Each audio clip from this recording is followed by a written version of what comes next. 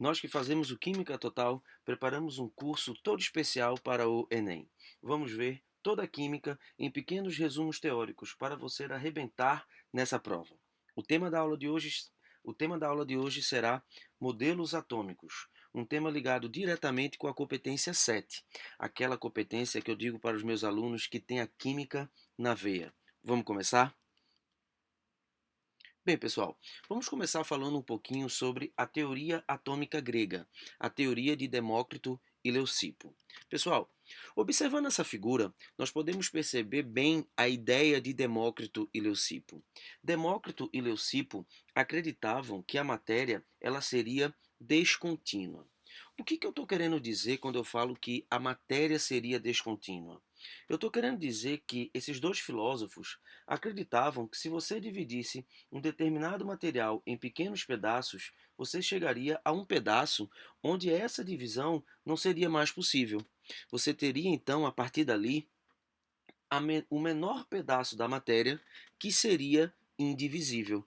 A esse menor pedaço da matéria indivisível, Demócrito e Leucipo deram o nome de átomo.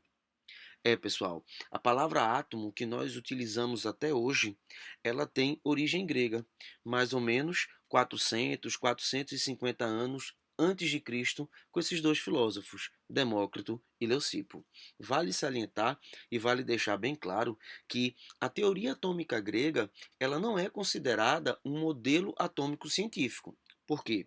Para o modelo atômico ele ser considerado científico, ele ter uma validade científica, ele tem que ser baseado em experimentos. E essa teoria atômica grega, ela não foi baseada em experimentos. Ela foi baseada em ponderações, observações desses dois filósofos da natureza. O primeiro modelo atômico científico nós temos com John Dalton, em 1803, 1808. Olha, vale lembrar que muitos acontecimentos políticos e religiosos fizeram com que o homem estagnasse na busca do desenvolvimento científico. Por isso que a gente sai de 450 anos antes de Cristo para 1803. É aí que surge o primeiro modelo atômico científico de John Dalton, que foi baseado em quê? Que foi baseado em experimentos. Dalton, ele baseado nas leis ponderais, ele determinou que as principais características do átomo são pequeno e esférico, indivisível, isto é, o átomo não poderia ser dividido em partes menores. Todos os átomos de um elemento químico teriam exatamente a mesma massa e propriedades idênticas. E uma alteração ou reação química, na realidade, nada mais é do que um rearranjo de átomos. Então, pessoal, vamos dar uma paradinha e vamos prestar atenção numa coisa que eu vou dizer agora. Eu estou resumindo para você cada modelo atômico. Esse é o primeiro modelo atômico científico. As características do modelo atômico de Dalton que você precisa levar para sua prova do Enem são essas quatro. Dalton deixa bem claro que um átomo teria as seguintes características. Primeiro, o átomo segundo Dalton ele é pequeno e esférico. Segundo, o átomo segundo Dalton ele é indivisível. Então não se esqueça, pequeno, esférico, indivisível. Ele volta a 450 anos antes de Cristo com a ideia de Demócrito e Leucipo. E as duas últimas características são importantíssimas. Todos os átomos de um elemento químico teriam exatamente a mesma massa e propriedades idênticas. E a última brilhante conclusão de Dalton é que uma alteração ou reação química, na realidade, nada mais é do que um rearranjo de átomos. Pessoal, a gente pode fazer algumas analogias com os modelos atômicos. A analogia do modelo atômico de Dalton é que o modelo atômico de Dalton ele seria semelhante a uma bola de bilhar. Por isso que a gente diz que o modelo atômico de Dalton é um modelo que a gente chama de modelo bola de bilhar. A gente não pode esquecer que é o modelo bola de bilhar. Então, caso você queira memorizar, você pode memorizar dessa maneira: modelo atômico de Dalton, o modelo bola de bilhar. Ok? Bem, galerinha, depois do modelo atômico de Dalton, vou apagar aqui, apaguei. Depois do modelo atômico de Dalton, a gente vai para o segundo modelo atômico científico, que é o modelo atômico de John Dalton. Olha, a partir de 1897, novas descobertas sobre a estrutura da matéria levaram à conclusão de que o átomo não era indivisível como propunha Dalton, mas, ao contrário, seria constituído de outras partes ainda menores e que poderiam ser removidas do próprio átomo. Olha, daí surge a necessidade de um novo modelo para explicar a constituição da matéria. Em 1898, com alguns experimentos, Dalton formulou o segundo modelo atômico científico. A gente lembra que o modelo atômico de Dalton, a gente usa a analogia de que o modelo atômico de Dalton é um panetone, é um pudim de passas. Mas o que que Dalton ele quer, perdão, o que que Thomson quer dizer com isso? Thomson ele propõe que o átomo ele seria semelhante a uma bola gelatinosa carregada positivamente. Olha, essa parte que você está vendo aqui, ó, essa parte aqui do panetone, do pudim de passa, isso aqui que eu tô, ó, grifando aqui, riscando, é o nosso fluido positivo.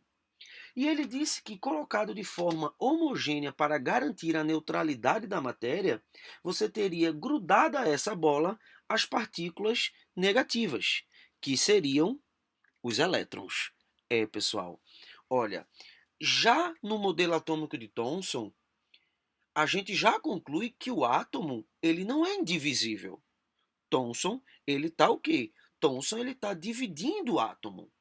Então, esse modelo atômico, o modelo atômico de Thomson, que a gente chama de pudim de passas, que a gente pode chamar também de panetone, sem problema nenhum, a gente tem aí uma grande revolução, que é a revolução de que o átomo não é mais indivisível. Você pode estar se perguntando, se em 1898 a gente já tinha a ideia de que o átomo não é indivisível, por que a gente usa até hoje átomo? Por razões históricas. Por razões históricas, a gente usa a palavra átomo até hoje. Tranquilo?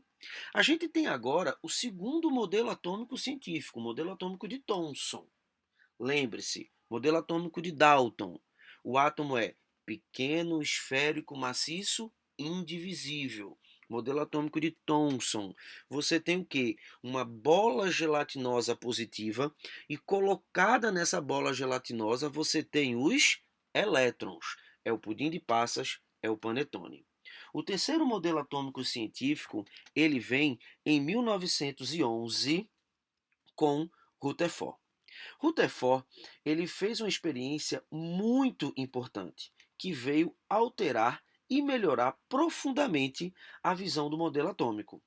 Essa experiência é a experiência de emissão de um feixe de partículas alfa sobre uma lâmina finíssima de ouro. Bem, pessoal, essa figura ela é muito comum de vocês. Olha, acompanhando a figura que a gente tem aí, a gente pode perceber que né, que um pedaço do metal polônio, o polônio está aqui, ó, o pedaço do metal polônio, aqui está o polônio, olha, um pedaço do metal polônio, o polônio está aqui, emite um feixe de partículas alfa que atravessa uma finíssima lâmina de ouro. Olha, o feixe de partículas alfa está aqui, e esse feixe de partículas alfa atravessa a lâmina de ouro.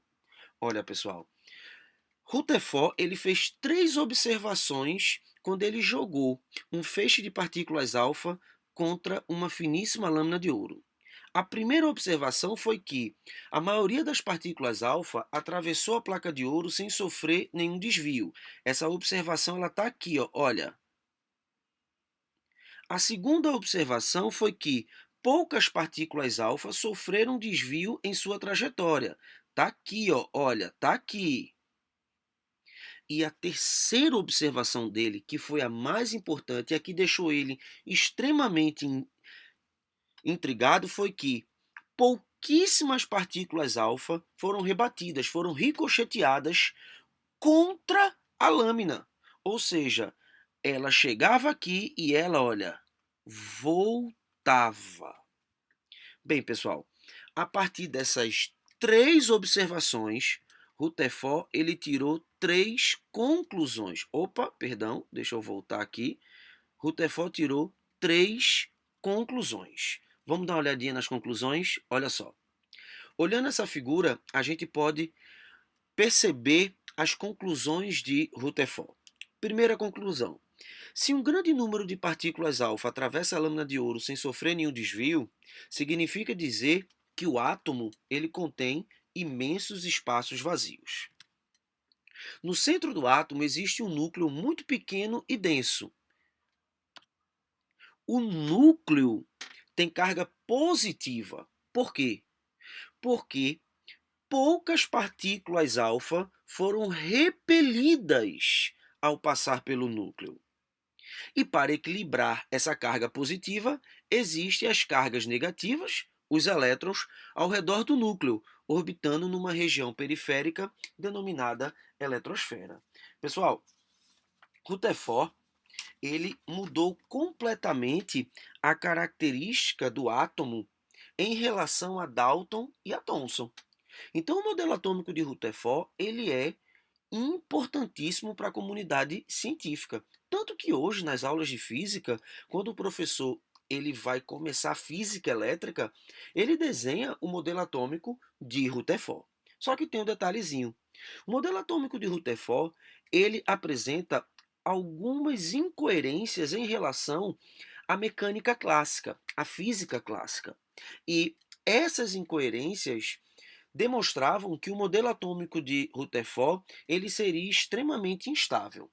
Para consertar essas incoerências, em 1915 surge o modelo atômico de Bohr.